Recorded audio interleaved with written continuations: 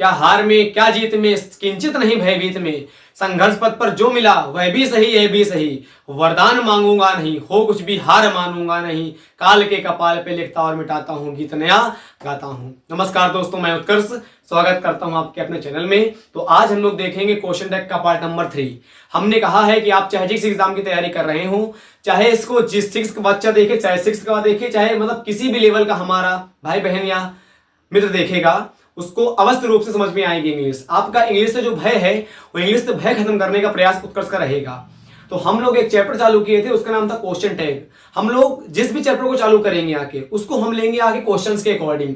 अगर फाउंडेशन करना है तो फाउंडेशन भी क्वेश्चन के अकॉर्डिंग हो पाता है। कैसे आप हमारे साथ जुड़े तब आपको चलेगा पता। लगभग हमने आपको दो वीडियो हमने आपको दे दिए हैं क्वेश्चन टैग के।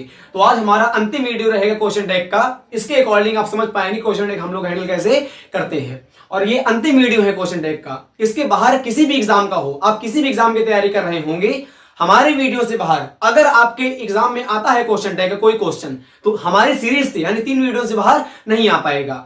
अगर आप लोगों ने नहीं देखा है तो चैनल में तीनों वीडियो पड़े हुए हैं, जाके अवश्य रूप से देखिए, आपको जेन्युइन रूप से फायदा मिलेगा।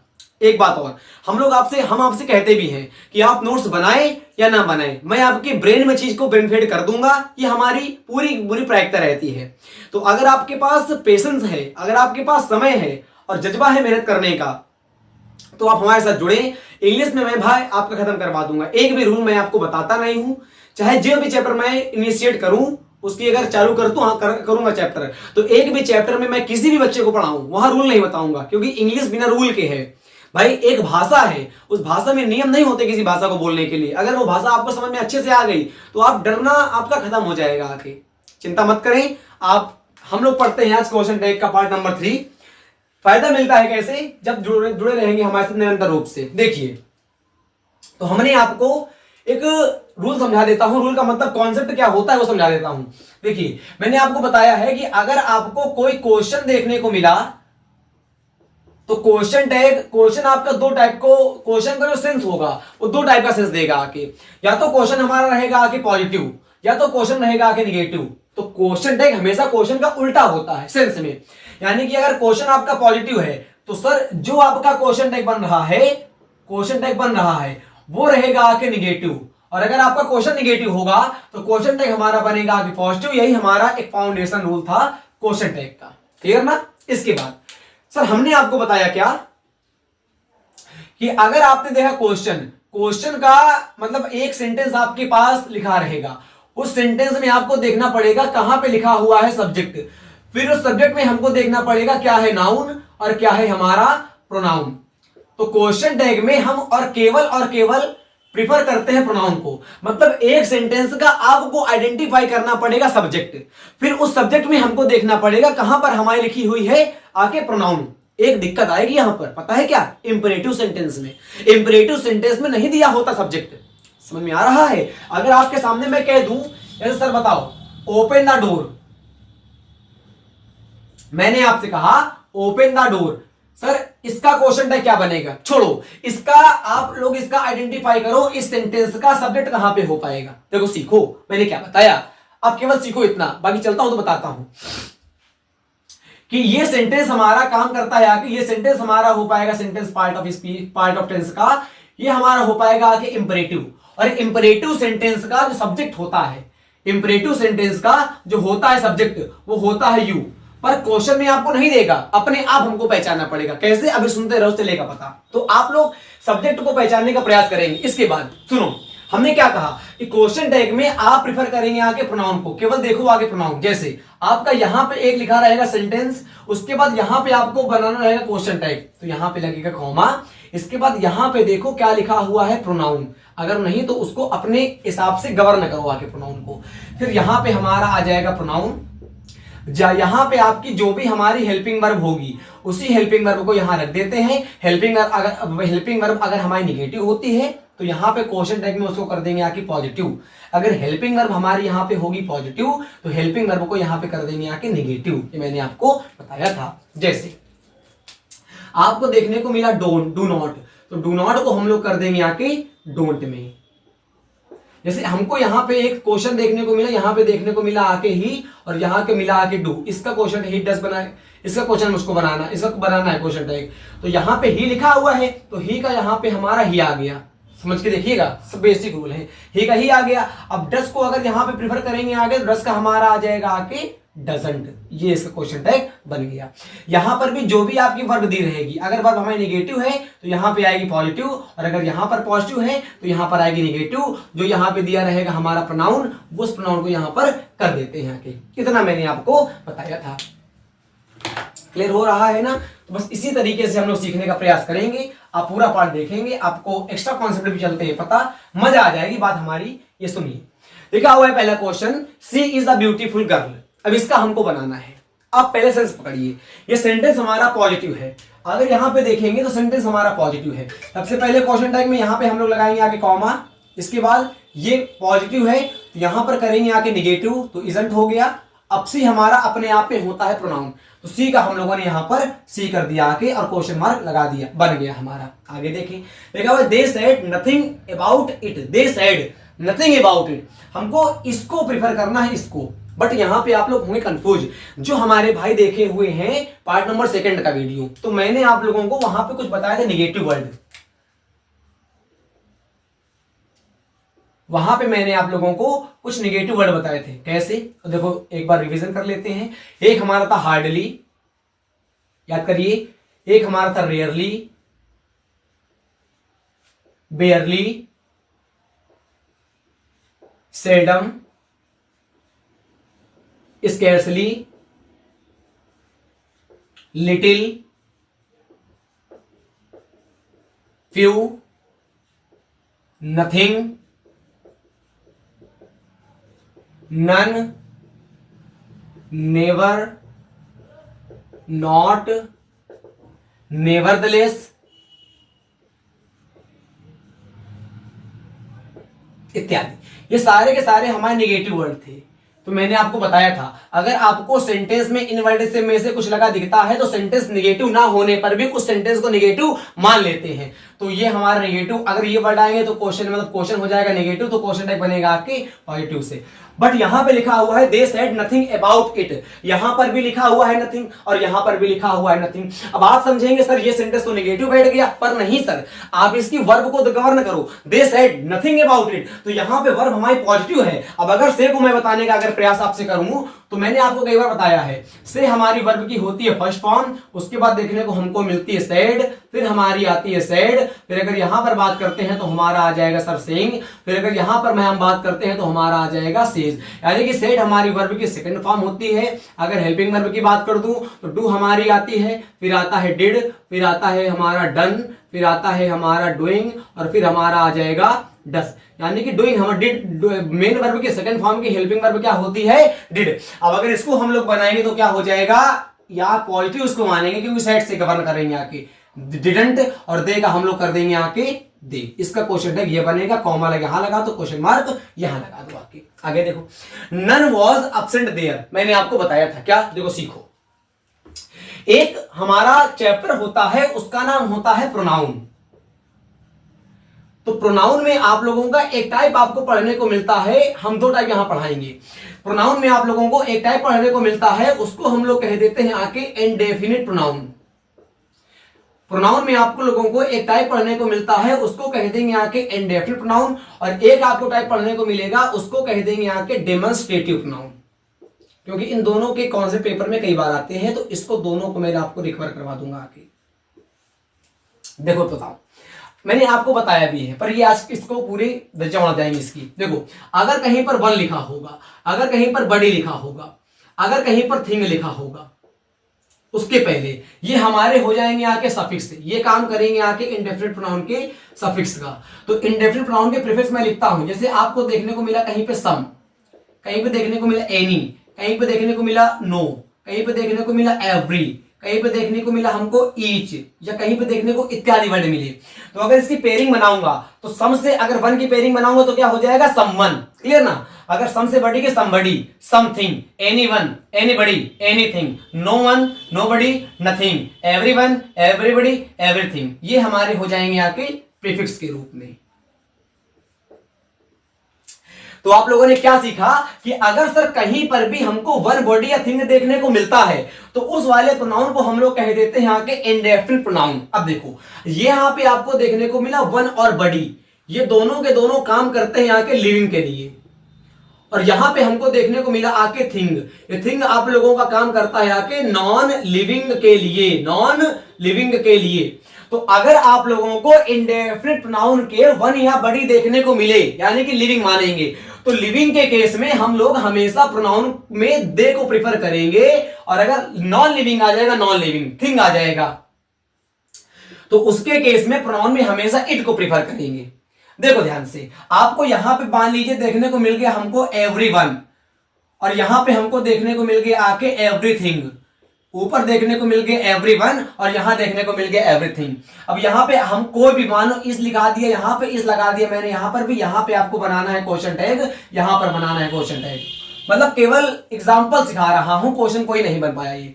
तो मैंने क्या सिखाया कि जहां पे आपको देखने को मिला एवरीवन, यहां वन देखने को मिला तो वन वाले में लिविंग के लिए दे लगा देते हैं, तो यहां पर हमारा प्रोनाउन के लिए आ जाएगा दे। अच्छा, और यहां पे आपका थिंग देखने को मिला, थिंग के लिए यहां पे आप लोगों का आ जाएगा इट। क्लियर? हाँ। अब इसका क्या होगा कि यहां तो इजंट होगा, पर दे के लिए तो कभी इजंट, दे के लिए तो कभी इज आता नहीं है, तो दे के लिए यहां पे हमारा आ जाएगा आके आरंट, बट इट के लिए हमारा आ जाएगा इजंट। मैंने सिखाया भी है। अच्छा, इसको सीखो सर, इसमें आपको 4 वर्ड देखने को मिलेंगे, एक को हम लोग कह देंगे आके दिस, एक को कह देंगे दैट, और एक हमारा हो जाता है आके दिस से, और एक हो जाता है आके दोज से। पर जो आपको ये चारों वर्ड देखने को मिले, this that this those, clear ना, इसके लिए अगर कोई कहेगा इसके लिए क्या लगेगा आके प्रोनाउन, ध्यान देना बोर्ड में, अगर इसके लिए कोई कहेगा इसके लिए क्या लगता है प्रोनाउन, तो दिस और दैट के लिए हम लोग प्रोनाउन को प्रिफर करते हैं इट को, और दीज और दोस्त के लिए हम लोग प्रिफर करते हैं प्रोनाउन दैट को, दे को। इसके लिए हमारा प्रोनाउन आएगा इट, और इसके लिए आ जाएगा हमारा आके दे। मैंने आपको बताया है। जैसे अगर मैं आपके सामने क्वेश्चन लिखूं, दिस इज अ बॉय, इसको आपको बनाना है, फिर मैंने क्वेश्चन लिखा दिस बॉय इज नॉइजी, हमको इसको बनाना है क्वेश्चन टैग में। बहुत ध्यान से देखना, आप लोगों को मैंने बताया कि दिस दैट दिस दोस्त जहां पे आपको देखने को मिलते हैं तो दिस और दैट में लगाते हैं यहां के इट को, दिस और दोस्त में लगाते हैं यहां के दे को। पर आपको मैं एक सिखाऊं कॉन्सेप्ट, देखो सीखना। एक हमारा होता है प्रोनाउन और एक हमारा होता है उसको कहते हैं आके एडजेक्टिव, ध्यान से देखते रहना। एक हमारा होता है प्रोनाउन, एक हमारा होता है एडजेक्टिव। देखो हमेशा आप लोगों ने पढ़ा होगा बचपन से लेके 55 तक कि सब्जेक्ट के बाद हमेशा आती है हेल्पिंग, सब्जेक्ट के बाद हमेशा आती है वर्ब, उसके बाद आएगा हमारा ऑब्जेक्ट। अब सब्जेक्ट आपका 2 टाइप का होता है, एक होता है नाउन का, एक होता है प्रोनाउन का। कभी भी कहीं भी किसी भी प्रकार का सेंटेंस हो, उसमें अगर देखना है सब्जेक्ट को तो 2 प्रकार का होता है, एक होता है नाउन का, एक होता है प्रोनाउन का। इसी प्रकार ऑब्जेक्ट भी होता है, एक हमारा हो जाएगा नाउन का, एक आपका हो जाएगा प्रोनाउन का। तो वर्ब के पहले क्या आता है? सब्जेक्ट आता है। वर्ब के बाद क्या आता है? ऑब्जेक्ट आता है। वर्ब के पहले क्या आता? सब्जेक्ट। वर्ब के बाद क्या आता? ऑब्जेक्ट। सब्जेक्ट कितने टाइप का होता है? 2 टाइप का। कौन कौन सा? एक नाउन, एक प्रोनाउन। इसी प्रकार ऑब्जेक्ट, एक नाउन एक प्रोनाउन। तो वर्ब के पहले आता है सब्जेक्ट, यानी कि वर्ब के पहले हम लोग प्रिफर कर सकते हैं प्रोनाउन को भी, है ना। यानी कि वर्ब के बाद भी आपकी आती है प्रोनाउन और वर्ब के पहले भी आती है प्रोनाउन। क्लियर? देखो ध्यान से, जैसे मैंने आपसे कहा यहां पे अगर आप लोगों को वर्ब के पहले कुछ देखने को मिला तो उसको हम लोग कह पाएंगे आपके प्रोनाउन के केस में। क्लियर? अगर मैंने यहां पे कहा सर यहां पे इज क्या है, तो आप लोगों ने कह दिया इज यहां पे काम करेगा आगे वर्ब का, और दिस काम करेगा यहां पे आके, दिस हमारा काम करेगा आके प्रोनाउन का। और दिस दैट दिस दोस्त जहां देखने को मिलते हैं ये दोनों हमारे वर्ड, दिस दैट दिस दोस्त जहां देखने को मिले ये चारों हमारे वर्ड, चाहे दिस हो, चाहे दैट हो, चाहे हमारा हो दीज, और चाहे हमारा हो दोस्त, ये दोनों काम, चारों काम करते हैं एडजेक्टिव का भी और चारों काम करते हैं प्रोनाउन का भी। हम लोग सीख रहे हैं दिस दैट दिस दोस्त कब काम करेंगे एडजेक्टिव का और कब काम करेंगे प्रोनाउन का, क्या सीखना। अगर दिस दैट दिस दोस्त कभी भी किसी वर्ब के पहले आए तो वो हमारे आ पाएंगे डेमोस्ट्रेटिव प्रोनाउन में। अब जो अगर आप लोगों ने पढ़ा होगा नाउन को, तो नाउन के पहले उसका आता है भाई, और नाउन का भाई होता है उसको हम लोग कहते हैं एडजेक्टिव। यानी कि अगर दिस दैट दिस दोस आपको नाउन के पहले देखने को मिले तो उसको हम कहेंगे एडजेक्टिव, और अगर दिस दैट दिस दोस हमको वर्ब के पहले देखने को मिले तो उसको कहेंगे यहां के प्रोनाउन। अब देखो ध्यान से, जैसे यहां पे हमारा लिखा हुआ है बॉय, तो बॉय को आप लोग टच कर पाएंगे। मैंने आपको कई बार बताया है कि जिसको आप लोग कभी भी अगर टच कर पाए, जिसको फील कर पाए, जिसकी स्मेल कर पाए, सूंघ पाए, जिसको इमेज में बना पाए, ये सारे के सारे हमारे पार्ट ऑफ कैरेक्टर होते हैं नाउन के। तो बॉय को छू लोगे, जब छू लोगे तो बॉय हो गया नाउन, बॉय को टच कर लोगे तो बॉय क्या हो गया नाउन। और नाउन के पहले ग्रामर कहती है कि नाउन के पहले अगर कोई भी शब्द लिखा दिखा नाउन का भाई होगा, और नाउन के भाई को हम लोग कहते हैं एडजेक्टिव। यानी कि बॉय को छू पाओगे ना सर, जब बॉय को छू पाओगे तो बॉय हमारा हो गया आके नाउन, और नाउन के पहले जो भी वर्ड देखने को मिलता है उसको हम लोग कह देते हैं एडजेक्टिव। और अगर नाउन के पहले हमको दिस दैट दिस दोस देखने को मिलेगा तो आपको पता है क्या कि दिस दैट दिस दोस को हम लोग दो प्रकार से वर्ड कहते हैं, एक होता है प्रोनाउन और एक होता है एडजेक्टिव। फिर सुनो सर मैंने क्या कहा, अगर दिस दैट दिस दोस हमारे वर्ब के पहले आते हैं तो हमारे हो जाएंगे आके डेमोन्स्ट्रेटिव प्रोनाउन, बट अगर वही दिस दैट दिस दोस हमारे नाउन के पहले आएंगे तो वो हो जाएंगे आके डेमोन्स्ट्रेटिव एडजेक्टिव। बहुत तगड़ा कॉन्सेप्ट सिखाओ अभी उत्कर्ष से। मैंने क्या सिखाया, अगर this that this those noun के पहले आते हैं तो वो हो पाएंगे आके डेमोन्स्ट्रेटिव एडजेक्टिव, और अगर वही दिस दैट दिस दोस हमारे वर्ब के पहले आएंगे तो उनको कह देंगे हम लोग आके डेमोन्स्ट्रेटिव प्रोनाउन। तो अगर आपसे कोई पूछेगा कि बता हुआ यहाँ पे इज हमारी क्या है, तो इस सेंटेंस में इज हमारी वर्ब हो गई। वर्ब के पहले क्या आता, वर्ब के पहले आता हमारा प्रोनाउन। वर्ब के पहले क्या आता, वर्ब के पहले हमारा आता प्रोनाउन। यानी कि यहाँ पे इस सेंटेंस में दिस काम क्या करेगा कि प्रोनाउन का। क्लियर हो गया? हाँ सर। और यहाँ बॉय लिखा हुआ है, बॉय के पहले दिस आ गया। अगर नीचे के सेंटेंस में हमें दिस पूछेगा इस सेंटेंस में दिस क्या है, हालांकि दोनों सेंटेंस में दिस की स्पेलिंग सेम है, पर दिस में अंतर क्या है, ऊपर हमारा डेमोन्स्ट्रेटिव प्रोनाउन है और नीचे वाला काम करता है आके डेमोन्स्ट्रेटिव एडजेक्टिव का। अब मैंने अभी आपको बताया क्या कि अगर आपको एक सेंटेंस लिखने क्वेश्चन टैग बनाना है तो यहां पे देखना पड़ेगा कहां पे है प्रोनाउन, यहां पे देखना पड़ेगा कौन सा प्रोनाउन है। उसी प्रोनाउन को हम लोग यहां पे लिखते हैं आके, और यहां पे जो लिखी रहती है हेल्पिंग वर्ब, उसी हेल्पिंग वर्ब को यहां पे नोट करते हैं आके।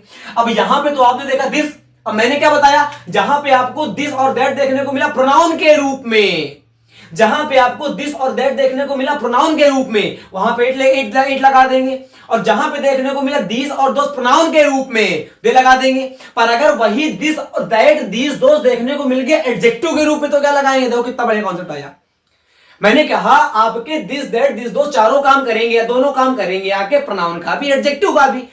तो मन में आपको सिखा रहा हूं, अगर दिस और दैट आपका काम करते हैं डेमोन्स्ट्रेटिव प्रोनाउन का तो वहां पे प्रीफर करते हैं इट को, और अगर दिस और दोस काम करते हैं डेमोन्स्ट्रेटिव प्रोनाउन का तो वहां प्रीफर करते हैं हम लोग दे को।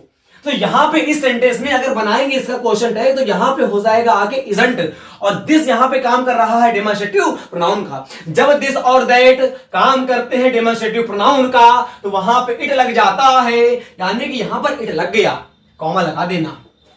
अब नीचे का सेंटेंस देखो। अच्छा ये तो पता ही है ना, अगर सेंटेंस हमारा पॉजिटिव है तो क्वेश्चन टैग नेगेटिव बनेगा, तो इजंट तो कर दिया। दिक्कत यहां पे आएगी प्रोनाउन की, बहुत ध्यान से सुनो मेरी बात। दिक्कत यहां पे आएगी प्रोनाउन की, मैं क्या प्रोनाउन को यहां पे लगा दूं ताकि हमारा सेंटेंस बन पाए, है ना। निगाहें किधर है, तुम्हारा पढ़ा इधर रहे हैं। देखो दिस बॉय, अब सीखो। अगर कभी भी आप लोगों को देखने को मिलती है नाउन, और नाउन के पहले देखने को मिला एडजेक्टिव, नाउन के पहले जो भी चीज लगी होगी उसको हम लोग कह देंगे एडजेक्टिव। नाउन को देखने को मिला, नाउन के पहले जो भी हमको लगा दिखता है उसको कह देते हैं एडजेक्टिव।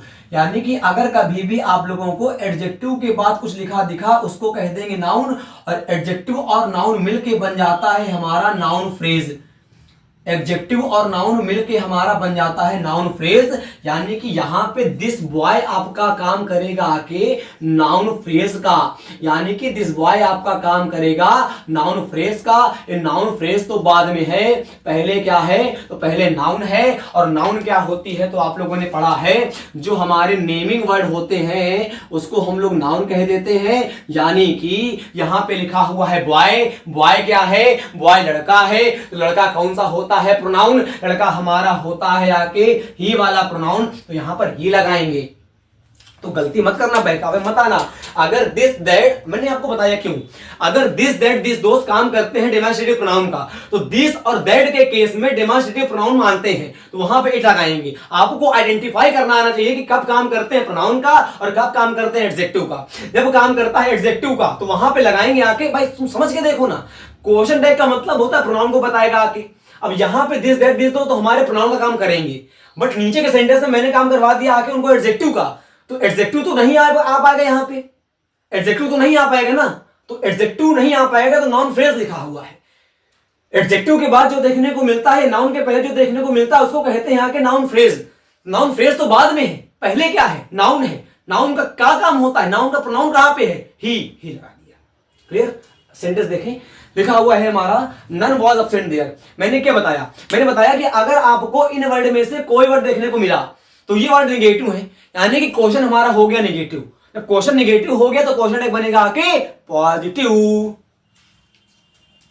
तो ये सेंटेंस आपको देखने को मिल रहा है नेगेटिव, तो क्वेश्चन टैग बनेगा आगे पॉजिटिव, तो वॉज का हमारा हो जाएगा आके वॉज। अब यहां देखने को हमको मिल गया वन, अभी मैंने सिखाया, अभी सिखाया था मैंने कि अगर आपको कहीं पे देखने को मिलता है वन या बडी लिविंग के रूप में, तो वहां पे कर देते हैं दे प्रनाम के रूप में, वाह बेटा। तो यहां पे हमारा आगे आके दे और क्वेश्चन मार्क लगा दिया मैंने, दिमाग स्थगित रखो। आगे देखें, someone has stolen my book, someone आ गया तो वन देखने को मिला। वन का मतलब क्या हो गया आगे इंडेफिनिट प्रोनाउन, जहां पर वन और बॉडी देखने को मिलते हैं उनको मानते हैं लिविंग, और लिविंग के केस में लगाते हैं क्या है, दे। यहां पे क्या आएगा, यहां पे हमारा आ जाएगा सर कॉमा लगा के दे। अब सेंटेंस कैसा है, पॉजिटिव, तो क्वेश्चन टैग कैसा बनेगा आके नेगेटिव, तो क्या कर देंगे हम लोग आके हैजंट, ये क्वेश्चन मार्क। आगे देखें, एवरीवन केम इन टाइम। देखिए सर, अब इसको मैं इरेज करता हूं, अगर इच्छा करा कर नोट करने की तो नोट कर लिया करिए।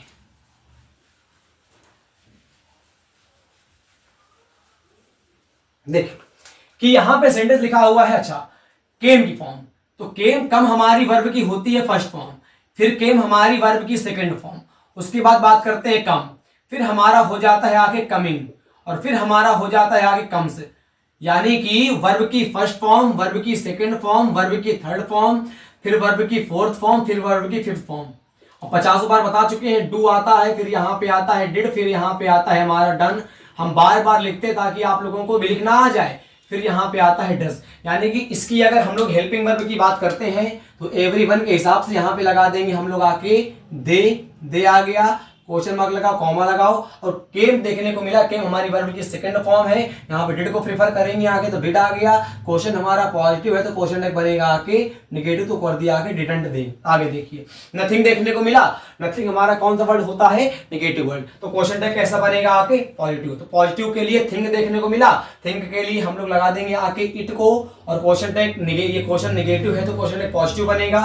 नथिंग के लिए इट लगाते हैं तो यहाँ पर हो जाएगा इट, और इसका क्या हो जाएगा, इज बन गया, इज इट।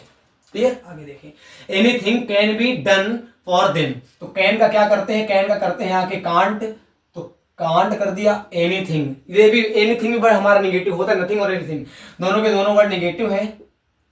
एनीथिंग तो कैन का हमारा हो जाएगा कैन, और थिंक के लिए लगा देंगे आके इट कर दिया। आगे देखिए, वन कैन डू इट। आप जिस प्रकार देखिए, एक कॉन्सेप्ट और निकल के आया, उसको भी समझ लेते हैं हम लोग आगे।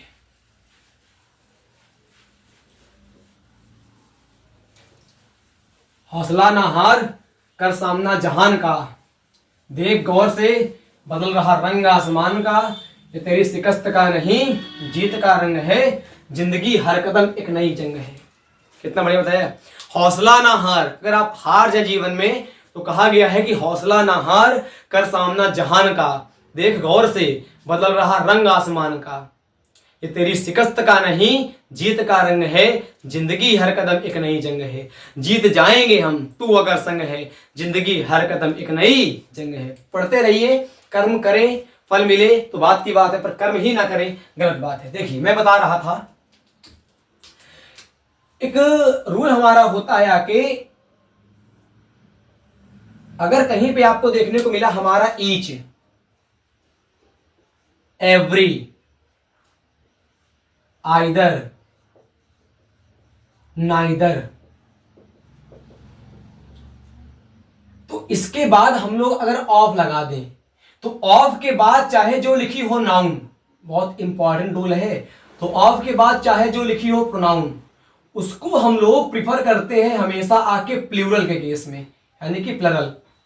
बट हमारी जो वर्ब आएगी उस वर्ब को हम लोग कर देंगे आके सिंगुलर के केस में।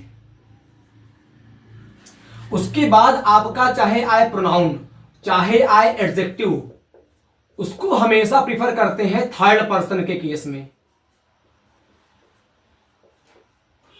थर्ड पर्सन का सिंगुलर। देखो सिखाऊं मैं इस रूल का, आपको समझाऊं उत्पत्ति, फिर इस रूल को यहां पे मैं आके अप्लाई करूं। अब देख तो समझे हम लोग, जो आपको यहां पे देखने को मिला ऑफ, ये ऑफ हमारा काम करता है आके सिलेक्टिव प्रीपोजिशन का। आपको देखने को मिल रहा जो ऑफ यहां पे, वो ऑफ काम हमारा करता है सिलेक्टिव प्रीपोजिशन का, यानी कि ऑफ हमारा करवाता, एक बात और है, ऑफ हमारा करवाता है सिलेक्शन। ध्यान से सुनना, ऑफ हमारा सिलेक्शन करवाता है, सिलेक्शन। अब आप हमको बताओ, अगर आपके सामने केवल एक बुक रखी हो, आपको उसमें सिलेक्शन करना हो तो सिलेक्शन कर पाओगे नहीं। यानी कि सिलेक्शन करने के लिए हमेशा एक चीज से ज्यादा चीजों का होना अनिवार्य होता है।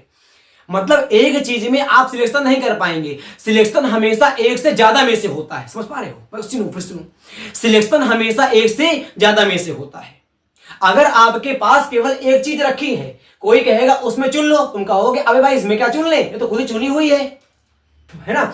अगर सिलेक्शन मुझको करवाना है तो सिलेक्शन कभी भी एक में नहीं हो पाता, सिलेक्शन हमेशा एक से ज्यादा में से हो पाता है। क्लियर? हाँ, तो ऑफ दिखाता, ऑफ हमको बताता है, ऑफ हमारी होती है कि सिलेक्टिव प्रीपोजिशन। अब सिलेक्शन कभी एक में तो हो नहीं पाता, सिलेक्शन हमेशा एक से ज्यादा में से हो पाता है, यानी कि 1+ में से हो पाता है, 1+ में से, वो नहीं है। अब इसका मतलब जब हमको, हमारे पास 5 किताबें यहां पर रखी हैं, बुक नंबर ये हो गई ए, बुक नंबर ये हो गई आके बी, बुक नंबर ये हो गई आके सी, बुक नंबर 3, और बुक नंबर ये हो गई आके हमारी डी, और बुक नंबर ये हो गई आके हमारी 5। अब इसके पहले आपका लगा दिया गया हमारा ऑफ, तो आपको ऑफ कहता है कि मुझको इन बुक में से एक बुक को चुनना है। तो आप कहोगे भाई ये नाउन है या प्रोनाउन है, हम लोग सीखेंगे नाउन से।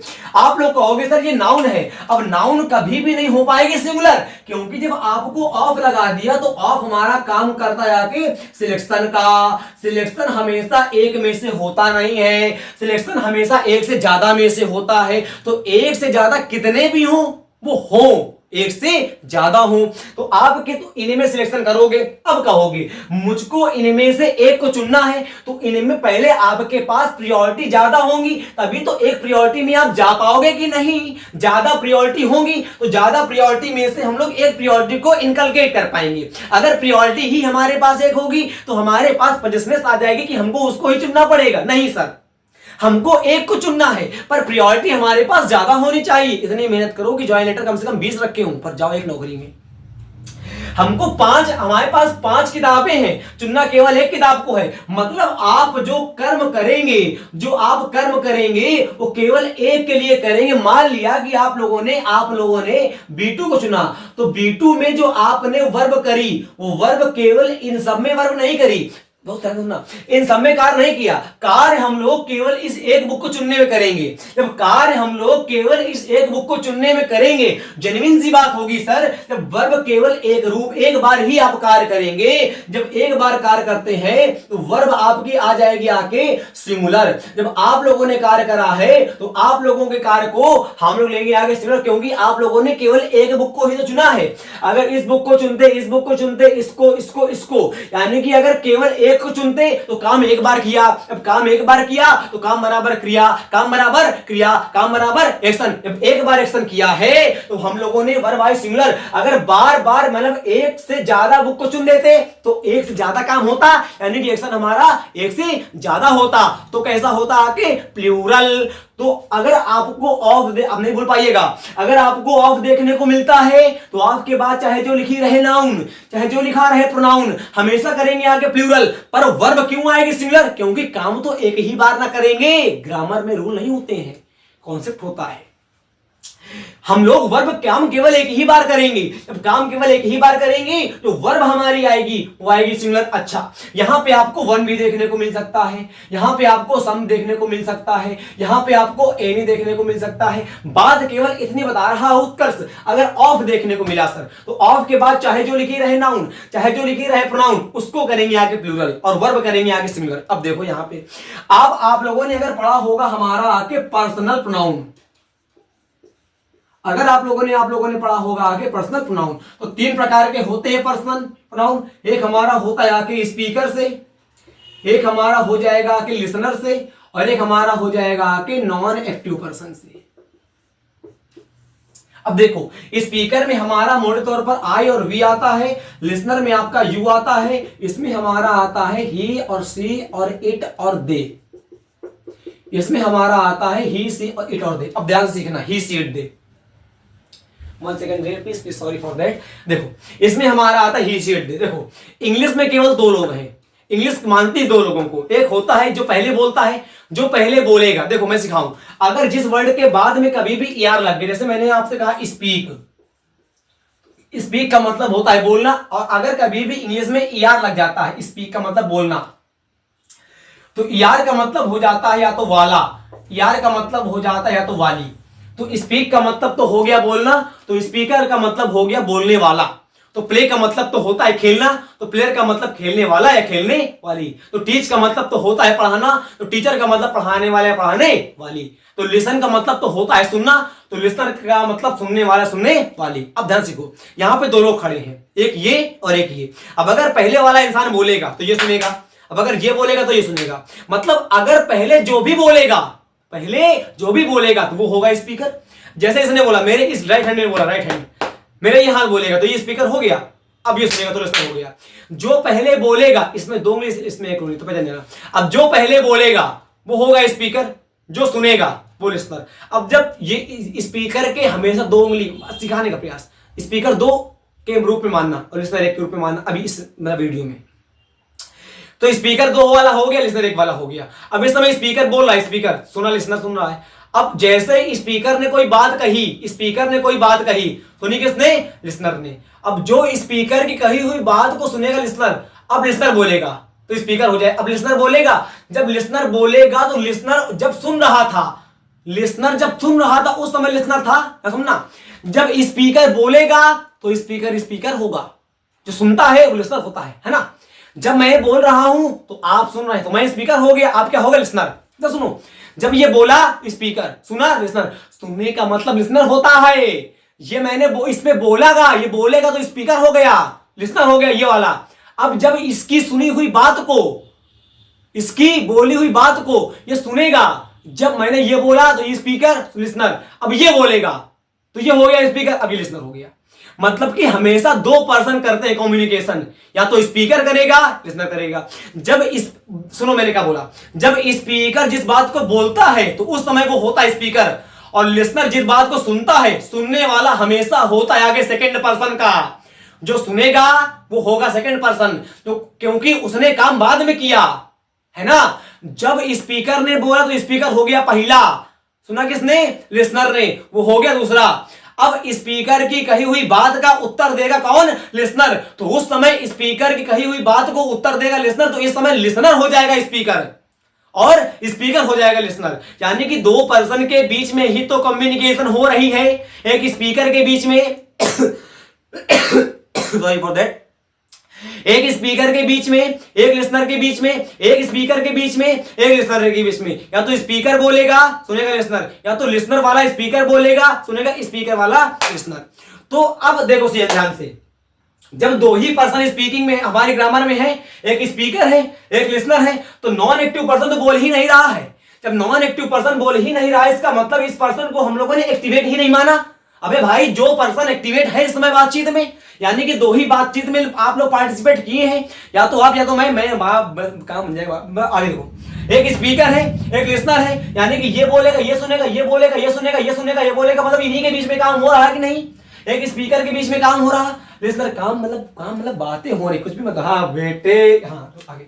एक स्पीकर लिसनर के बीच में ही काम हो रहा है, यानी कि ये पर्सन तो ग्रामर में एक्टिवेट ही नहीं है। जो पर्सन ग्रामर में एक्टिवेट ही नहीं होता है, इसीलिए उसको कह देते नॉन एक्टिव पर्सन। वो पर्सन एक्टिवेट ही नहीं है। इन दोनों की, ये दोनों हमारे होंगे आके सक्रिय पर्सन, इसको कहेंगे आके निष्क्रिय पर्सन। निष्क्रिय का मतलब काम ही नहीं करता। अब आपको पता था क्या बुक को किसने चुराया, बुक को किसने छिपाया है? Someone, each one, everyone, one को कोई, अबे कौन कोई, पता है क्या? नहीं। जो बेनाम बादशाह होता है उसको कहते हैं प्रोनाउन, जिसका नाम नहीं होता। समन का मतलब कोई, आपको क्या पता कोई किसका मतलब? अगर पता होता तुम या मैं, हमेशा दोनों रहेंगे। जब पता ही नहीं है, इसका मतलब जब पता ही नहीं होता, उसी को तो कहते हैं आगे इंडेफिनिट प्रोनाउन। जिस प्रोनाउन को अज्ञात मानते हैं ग्रामर में, उसको कहते हैं आगे अनिश्चितवाचक सर्वनाम हिंदी में, और इंग्लिश में इंडेफिनिट प्रोनाउन, यानी कि उसके बारे में पता ही नहीं होता। जब जिसके बारे में पता ही नहीं होता है उसको कहेंगे आगे इंडेफिनिट प्रोनाउन। इसीलिए उसको मानते हैं आगे थर्ड पर्सन का, और थर्ड पर्सन का इसीलिए लगा देंगे आगे सिंगुलर। अब तुम तो ये पता होगा ना, आदमी बुक एक ही चुराएगा, आगे एक ही सिंगुलर आ गया। क्लियर? अब देखना क्वेश्चन, यहां पे लिखा one can not do this, तो वन भी हमारे यहां पर आया। वन का मतलब कोई एक। आपको पता क्या कोई एक, इसका मतलब नहीं पता। नहीं पता ना, क्वेश्चन का आंसर तो ध्यान से आ जाता, पर कॉन्सेप्ट तो ना आता। ग्रामर में तो हर किताब में तो लिखवा दिए हैं, उत्तर तो मतलब उत्तर भी बता दिए हैं, पर क्या पता है क्या कि हम लोगों का निर्माण कैसे हुआ इन पर्सनों का? नहीं पता। सीखते रहेंगे धीरे धीरे। कर्म कभी असफल नहीं, मंजिल कभी अटल नहीं, मेहनत कोई विकल्प नहीं, हारा वही जो लड़ा नहीं। आगे देखें, तो इसका बनाएंगे आगे, यहां पे आगे कर देंगे आगे 10 और 1 का कर देंगे आगे 1। हमारा बन गया। 1 का प्रोनाउन 1 ही करिएगा, गलती मत करिएगा। 1 यहां पर काम करता है प्रोनाउन का, है ना? आगे देखो, नाइदर हमारा होता है निगेटिव वर्ड, और निगेटिव वर्ड यहां पे हमारा हो गया आगे नाइदर। इसके लिए थर्ड पर्सन का प्रोनाउन हमेशा आएगा, याद रखिए, गलती मत करिएगा। अब नाइदर ऑफ हिम कभी नहीं करेंगे, क्योंकि आप जान चुके हैं नाइदर ऑफ हिम अगर आप करेंगे तो सेंटेंस आपका हो जाएगा गलत, क्योंकि आपको चल गया है पता। क्योंकि आप हमारा होता है आगे सिलेक्टिव प्रीपोजिशन। ध्यान सुने सर, आप हमारा यहाँ पे काम करेगा सिलेक्शन का।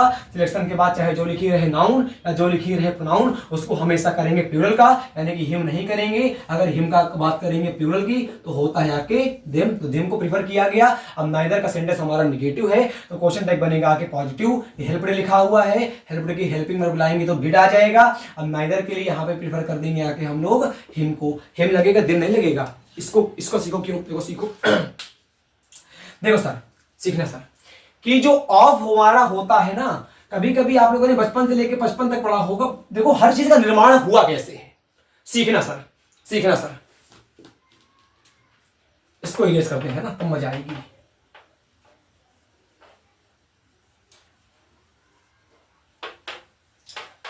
अरे मैं तो कहता हूं सर कि अब भी जिसका खून न खोला खून नहीं वो पानी है, और हमारे सिखाने के बाद जो ना समझ पाए ग्रामर वो बेकार जवानी है सर। आगे देख लो कि अगर प्रेपोजिशन आपको कहीं देखने को मिला तो प्रेपोजिशन के बाद हमेशा आता है, उस केस को हम लोग कह देते हैं आके ऑब्जेक्टिव केस। प्रेपोजिशन के बाद आपको जो केस देखने को मिलता है उसको कहेंगे ऑब्जेक्टिव केस, और प्रेपोजिशन के पहले जो केस देखने को मिलता है उसको कह देते हैं आके हम लोग सब्जेक्टिव केस। प्रेपोजिशन के बाद जो केस देखने को मिला उसको कहेंगे आगे सब्जेक्टिव, पहले सब्जेक्टिव केस और बाद में ऑब्जेक्टिव केस। तो कहीं ना कहीं आपको बचपन से 55 तक पढ़ा होगा, ऑफ हमारा काम करता है प्रेपोजिशन का। तो ऑफ के बाद आप अपने आप बताओ कि दे आएगा कि देम आएगा। तो आप कहोगे जब ऑफ को अगर प्रेपोजिशन मानेंगे तो प्रेपोजिशन के बाद सब्जेक्टिव तो आता नहीं है, प्रेपोजिशन के बाद आता है ऑब्जेक्टिव केस, तो इसीलिए यहां पर हो जाता है देम। जैसे मैंने कहा लेट के बाद मैंने कर दिया आके अस, और यहां पे कर दिया आके वी। तो लेट हमारा काम करती है आके वर्ब का। अब देखो ध्यान से, लेट हमारा काम करता है वर्ब का, और आपको पता है क्या कि सब्जेक्ट के बाद आती है वर्ब, उसके बाद आता है ऑब्जेक्टिव। तो वर्ब के बाद क्या आता है? ऑब्जेक्टिव।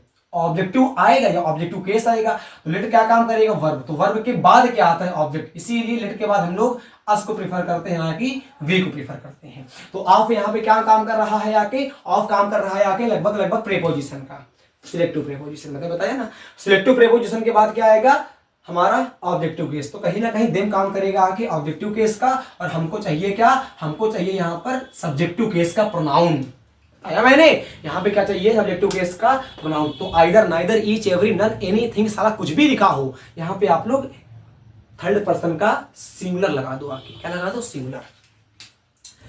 तो यहाँ पे डिड आ जाएगा, और यहाँ पे हिम आ जाएगा। Did him. क्लियर हो गया? आगे देखो सर, ये सॉरी ही हिम तो ऑब्जेक्टिव। आगे देखो, either of you is guilty, कितना चापट सेंटेंस भाई सब, देख रहे हो, either of you is guilty. आप समझेंगे सेंटेंस गलत है, पर नहीं, यहां पे आप सोच के देखो, यहां पे मैंने यू के बाद इज लगा दिया है। क्वेश्चन देख रहे हो, either of you is guilty, पता है क्यों? देखो बताऊं मैं, देखो सीखो जी। रूल अगर इच्छा हुआ करे तो नोट कर लिया करो, क्योंकि मैं ग्रामर को केवल एक चैप्टर में नहीं बांधता हूँ, ग्रामर पूरी चैप्टर में बंधी हुई होती है। अगर नाउन पढ़ाऊंगा तो उसमें कहीं ना कहीं कंजक्शन आएगा, कंजक्शन पढ़ाऊंगा तो उसमें कहीं ना कहीं वर्ब का खेल हो जाएगा, क्योंकि ग्रामर पूरी, अगर सब्जेक्ट एक सेंटेंस लिख रहे हो तो एक सेंटेंस में जाने कितने पार्ट ऑफ स्पीच होते हैं, तो अब सब पार्ट ऑफ स्पीच का अगर पता होगा रिलेशन तो वही होती है ग्रामर। जेन्युइन सी बात हो गई। देखो सीखो ध्यान से, मैंने क्या बताया। देखो अगर आपको कहीं भी देखने को मिलता है आइदर, अगर आपको कहीं भी देखने को मिलता है नाइदर, इसके बाद कहीं भी देखने को मिला हमको ईच, एवरी, तो इसके बाद चाहे, अच्छा वो वाला कॉन्सेप्ट सिखा दें क्या? इसके बाद चाहे जो देखने को मिला, आपकी वर्ब हमेशा आएगी आके सिंगुलर, जो अभी मैंने बताया था। क्वेश्चन नीचे है वो वाला क्वेश्चन, सिंगुलर वर्ब आएगी, सिंगुलर वर्ब। और एक कॉन्सेप्ट और होता है कि अगर कभी भी आइदर के बाद आपको और देखने को मिलता है, नाइदर के बाद आपको नॉर देखने को मिलता है, नॉट ओनली के बाद आपको देखने को मिलता है हमारा बट आल्सो, तो इनके साथ जो लिखा रहता है यहां पर, ये इस जगह वर्ब उसके अकॉर्डिंग आती है। देखो ध्यान से, ऑफ यहां पे लिखा हुआ है, ऑफ यहां पे आइदर के बाद और नहीं आया, यहां पे केवल हमारा आइदर लिखा हुआ है, तो आइदर के लिए हमारा इस के लिए तो इस आ जाएगा, और आइदर के लिए आ जाएगा आके हित बन गया। यू मत करिएगा, क्योंकि यू हमारा काम करते करेगा यहाँ पे ऑब्जेक्टिव केस का, प्रीपोजिशन के बाद आता है objective case. Open the door, imperative sentence का कॉन्सेप्ट आ गया। सीखो, मजा आएगी। देखो ध्यान से सीखो, अब गरीब है तो भैया बिगाड़ना पड़ता ही बार बार। देखो इंपरेटिव सेंटेंस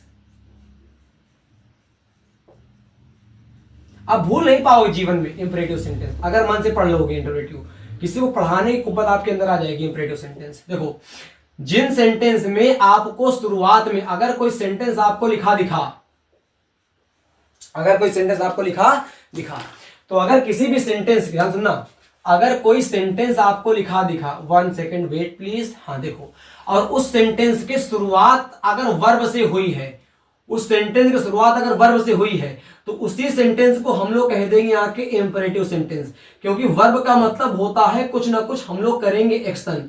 वर्ब का मतलब होता है हम लोग कुछ ना कुछ करेंगे आके काम, और जो भी आप काम करेंगे उसको कहेंगे आके इंपरेटिव सेंटेंस। इसका मतलब क्या है? जब भी आपका शरीर कुछ ना कुछ काम करेगा, अगर शरीर हमारा काम करता, शरीर हमारा काम करेगा, देखो हिंदी में लिख दिया हमने, अगर शरीर हमारा काम करेगा तो वही हो पाएगा इंपरेटिव सेंटेंस। दो प्रकार के होते हैं काम, एक होती है काम वासना, वो नहीं बता रहा हूं मैं, एक आपका शरीर काम करता है कभी कभी, और एक आपका मन काम करता है।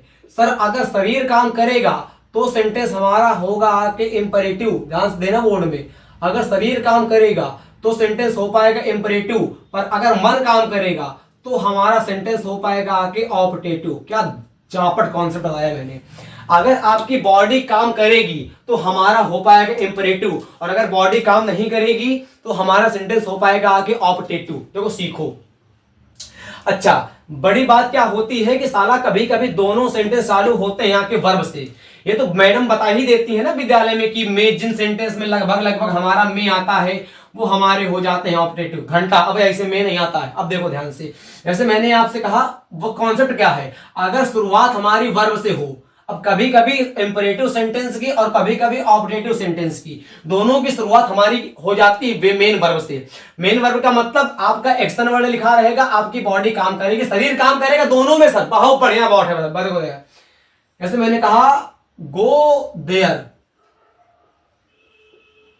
मैंने कहा आपसे कम इन, मैंने आपसे कहा गो टू हेल, आपसे नहीं कहा, मतलब सेंटेंस लिखा गो टू हेल।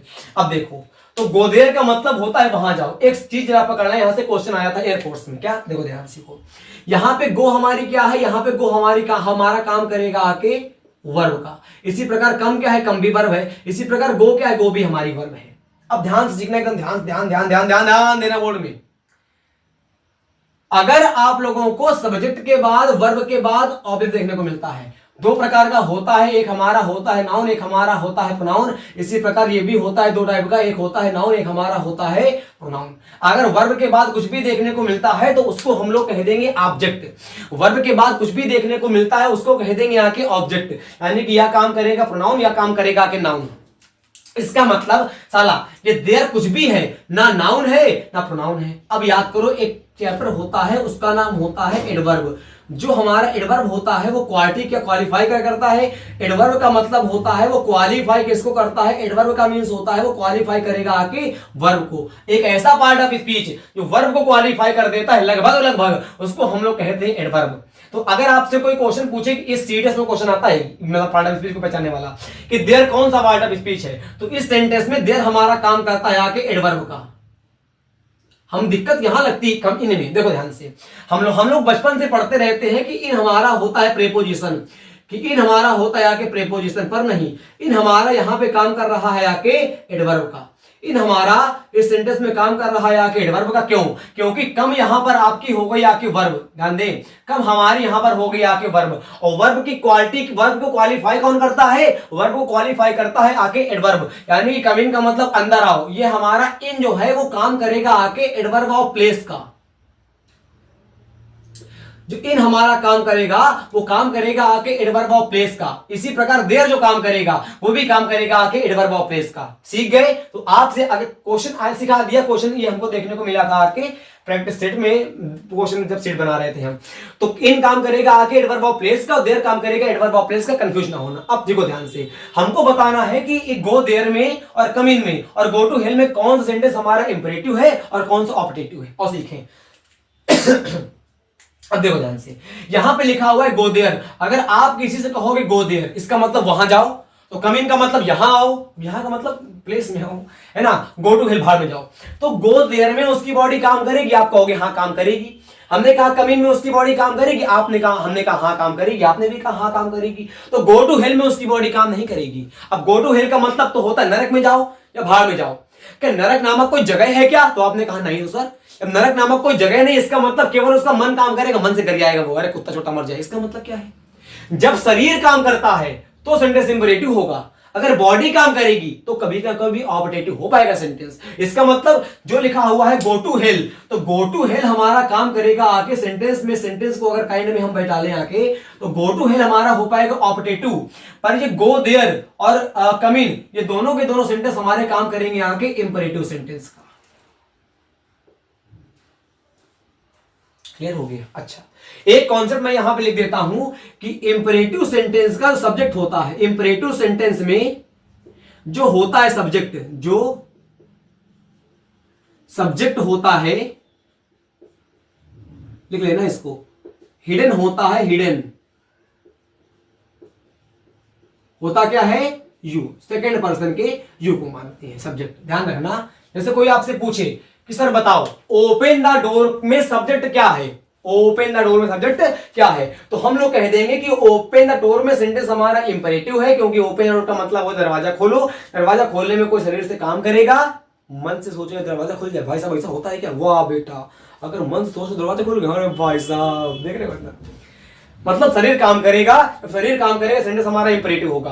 तो ओपन द डोर सेंटेंस हमारा इंपरेटिव है। इंपरेटिव सेंटेंस का सब्जेक्ट क्या होता है? यू। इसका मतलब आपको चल गया पता कि यू हमारा होता है प्रोनाउन। इसका मतलब ये कंफर्म हो गया कि यहां पे साला हमारा यू आएगा।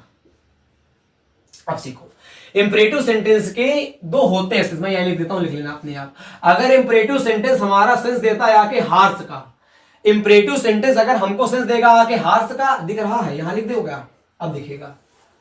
इंपरेटिव सेंटेंस अगर हमको सेंस देगा आगे हार्श का मतलब कठोर का, यानी कि कठोर। और अगर बात करेगा आके आके आके आके अब क्या हार्श का उल्टा क्या होता है आके? कोमल लिख दे रहे, कोमल कोमल कोमल। मतलब अगर उसका सेंस नेगेटिव होगा पॉजिटिव होगा तो यहां पे लगता है आके हमारा विल यू, और यहां पे आपका लगता है आके कांट यू, और यहां पे लगेगा आके विल यू। ये आप भूलना नहीं है। ये लिखा हुआ है ओपन द डोर, तो ओपन डोर क्या लगे यहाँ की? लग दे यहाँ की हम लोग वांट, विल का तो वांट हो जाएगा ना, want you. Shut up, set up का मतलब सेंस हमारा निगेटिव है, ओ सॉरी कांट लगाना था, यहां पे लगाएंगे आके हम लोग कांट यू, क्योंकि सेंस हमको निगेटिव देखने को मिलेगा। निगेटिव को मतलब ये नहीं होता कि निगेटिव सेंस, सेंस कहीं ना कहीं आएगा हार से। ऑर्डर अगर आपको, ये तो पढ़ा ही होगा यार इंपरेटिव में, अगर हमको ऑर्डर देखने को मिलेगा, रिक्वेस्ट देखने को मिलेगा, ऑर्डर देखने को मिलेगा या कमांड देखने को मिलेगा, तो उसको बनाएंगे आगे, उसको कर देना आगे कांट में। अगर कहीं पे हमको देखने को मिला ऑर्डर, देखो अगर हमको कहीं पे देखने को मिला ऑर्डर, अगर हमको कहीं पे देखने को मिला आगे कमांड, तो उसको कर देना आप लोग आगे कांट में। बट अगर आपको कहीं पे देखने को मिलेगा आगे एडवाइज्ड, अगर आपको कहीं देखने को मिला आके रिक्वेस्ट, तो उसको कर देना आके वैल्यू में। हाँ ये कॉन्सेप्ट तगड़ा है, देखो ध्यान से। वैसे मैंने कहा let us do this work, हमको इसको करना है, तो मैंने आपको क्या बताया था कि आपको लेट का अगर सेंटेंस कहीं देखने को मिलता है,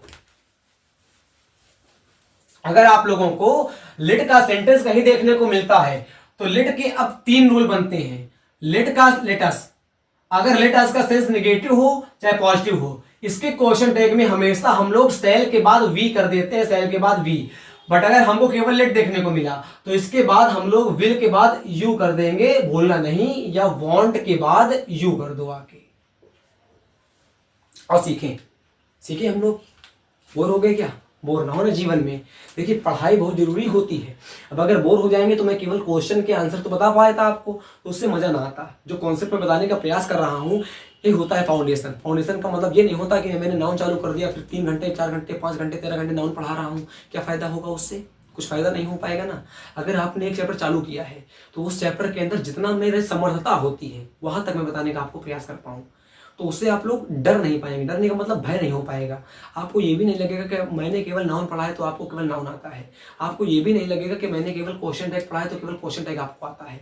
आपको ये लग पाएगा कि मैंने क्वेश्चन टैग पढ़ा और मैंने यहाँ पे प्रोनाउन को सीखा, मैंने यहाँ पे सेंटेंस को सीखा, मैंने यहाँ पे नाउन के कॉन्सेप्ट सीखे, मैंने यहाँ पे कंजक्शन के सीखे रूल, ये लग पाएगा पता। अगर मैं केवल क्वेश्चन टैग पढ़ाता तो क्या फायदा होता? हाँ पढ़ा वही चैप्टर रहा हूँ, पर इसमें कई चैप्टर को निचोड़ बता रहा हूँ। जबकि ये चैप्टर कितना हल्का होता है क्वेश्चन टैग, इसके रूल नहीं होते हैं, पर इसमें भी मैं कितने कॉन्सेप्ट बताने का प्रयास कर रहा हूँ जितने मेरी औकात है, लगभग जितना मैं प्रयास कर पा रहा हूँ अपने हिसाब से।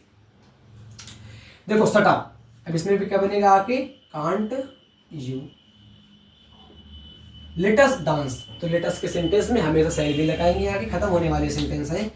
मैंने कहा था हौसला ना हार कर सामना जहान का, देख गौर से बदल रहा रंग आसमान का, ये तेरी शिकस्त का नहीं जीत का रंग है, जिंदगी हर कदम एक नई जंग है, जीत जाएंगे हम तू अगर संग है, और जिंदगी हर कदम एक नई जंग है। आइए सर, लेटेस्ट डांस तो क्या करेंगे आके सेल भी। लेट हिम गो क्या करेंगे आके हम लोग आके वांट यू। लेट हर गो इसमें भी कर देंगे आके वांट, सब रूल लिखे हुए हैं आपके सामने। आई एम क्लेवर, मैंने बताया था कि अगर आपको कहीं पे एम नॉट देखने को मिलता है तो एम नॉट का हम लोग आरंट कर देते हैं। एम नॉट का आरंट सही हो जाता है, बट एम नॉट का हम लोग एमेंट नहीं करते हैं, यहाँ के गलत हो जाएगा। एम नॉट का एमेंट नहीं करेंगे, आरंट कर देते हैं यहाँ के। यहाँ पे लिखा हुआ है आई एम क्लेवर, तो आई एम क्लेवर का यहाँ पे क्या बनेगा, हमारा आई का आई आ जाएगा। अब आई के लिए आर तो लगेगा आके, आई के लिए आर तो आएगा नहीं, तो निगेटिव बनाने के लिए आरंट करना पड़ेगा, क्योंकि ये रूल होता है। आरंट आई हो गया। सेल्डम हमारा निगेटिव वर्ड होता है, यानी कि सेंटेंस हमारा निगेटिव हो गया, तो क्वेश्चन टैग बनेगा आके पॉजिटिव, कॉमा लगा देना। तो हैव का हमारा यहाँ पे आ जाएगा हमारा आके हैव, और आई के लिए हमारा आ जाएगा, सॉरी हाई के लिए हमारा आ जाएगा आके हैव, और हैव के बाद कर देंगे आके हम लोग आई से। Neither of us wanted to stay there, तो नाइदर आपको देखने को मिला थर्ड पर्सन का निगेटिव वर्ड है, वांटेड लगा हुआ है, डिड लगा दो, डिड के बाद नाइदर के लिए हिम लगा दो। मैंने बताया है थर्ड पर्सन का सिंगुलर आएगा। बी क्विट, ये वो विल लगा हुआ के, तो इसका करेंगे आके हम लोग वांट, वांट के बाद करो आके यू, वांट यू बन गया। भाई बी क्विट हमको इंपरेटिव सेंटेंस मैंने सिखा दिया ना, इंपरेटिव सेंटेंस कोमल वाला देखा ना, विल वांट यू लगाओ, ये विल यू लगाओ, तो हार्डली आपको सेंटेंस निगेटिव देखने को मिला। नेगेटिव सेंटेंस में हेड का हम लोग हेड कर देंगे यहाँ के, और नॉट नहीं लगाएंगे, और आई का हम लोग आई कर देंगे, बन गया सेंटेंस। इस सेंटेंस में आप लोग कंफ्यूज ना होना। देखा हुआ है hardly had I reach the station when the train arrived. इस सेंटेंस में सब्जेक्ट कहाँ है? सब्जेक्ट तो काम करेगा केवल आई, ट्रेन सब्जेक्ट नहीं है। ना, कतई नहीं, कतई नहीं। यहाँ पे हार्डली आ गया, हार्डली हमारा एडवर्ब है, सिखाने का प्रयास करते हैं अगले वीडियो में। यहाँ पे हार्डली काम करता है एडवर्ब का। एडवर्ब की खास बात होती है कि अगर नेगेटिव एडवर्ब आगे आता है तो लगता है इन्वर्जन, यहाँ पे इन्वर्जन का काम करा गया है। छोड़ो साला, सब छोड़ो, ये समझो कि आई हमारा यहाँ पे काम करेगा सब्जेक्ट का। अब आई जब सेंटेंस का सब्जेक्ट हो गया तो ये सब्जेक्ट दो प्रकार का होता है, एक नाउन का, एक होगा प्रोनाउन का। तो प्रोनाउन को प्रीफर करेंगे कि नहीं, तो आई आ गया। अब हार्डली नेगेटिव वर्ड हो गया तो सेंटेंस करेंगे आके पॉजिटिव, तो हेड एंड तो करेंगे नहीं आके, हेड नॉट तो करेंगे नहीं, मतलब हेड एंड तो करेंगे नहीं, तो हेड कर देंगे आके। वीडियो अब क्वेश्चन रहेगा आपका खत्म हो गया। अब मैं प्रीफर करूंगा आगे चैप्टर सब्जेक्ट वर्ब एग्रीमेंट, क्योंकि सब्जेक्ट वर्ब एग्रीमेंट एक ऐसा चैप्टर होता है जिसमें सारे सब्जेक्ट का मतलब होता है वर्ब। अब सब्जेक्ट का मतलब हो गया नाउन और प्रोनाउन, और वर्ब का मतलब तो वर्ब हो गया, यानी कि आप पूरी तरीके से वर्ब को और पूरी तरीके से हमारा नाउन और प्रोनाउन को, तीनों चैप्टर को आप एक साथ पढ़ पाते हो, उसका नाम होता है सब्जेक्ट वर्ब एग्रीमेंट। तो हम लोग नाउन क्यों पढ़ते हैं, क्यों पढ़ते हैं प्रोनाउन, क्यों पढ़ते हैं वर्ब, समझ के देखना भाई, गरियाना नहीं हमको। सोचो कैसे चूतिया बनाते हैं हम लोगों को टीचर। जब सब्जेक्ट वर्ब एग्रीमेंट का होता है जिसके अंदर सब्जेक्ट का मतलब नाउन और है प्रोनाउन, तो जहां आएगी नाउन, जहां आएगी प्रोनाउन और उसका एग्रीमेंट होगा वर्ब से, तो उसका चैप्टर का नाम हो जाएगा सब्जेक्ट वर्ब एग्रीमेंट। जब नाउन और प्रोनाउन का समझौता होता है वर्ब से, उस चैप्टर का निर्माण होता है सब्जेक्ट वर्ब एग्रीमेंट। तो हम लोग क्यों पढ़ते हैं नाउन, हम लोग क्यों पढ़ते हैं प्रोनाउन? अगर सीधे हम लोग छलांग लगाएं आगे सब्जेक्ट वर्ब एग्रीमेंट में तो कहीं ना कहीं समय बचेगा, क्वेश्चन एग्जाम के बाहर नहीं जाएगा, ये गारंटी मेरी है। कोई बात नहीं, छोड़ो, वाह भाई करने से कोई फायदा नहीं है। अगर आप लोगों ने पूरा वीडियो देखा होगा, समझ में आ चुका होगा व्हाट आई एम। तो अगला वीडियो आने के लिए जय हिंद, जय भारत, वंदे मातरम। प्लीज अगर पॉसिबल हो पाए तो बताइए वीडियो हमारा कैसा लगा, कौन से कॉन्सेप्ट में आपको मजा आई।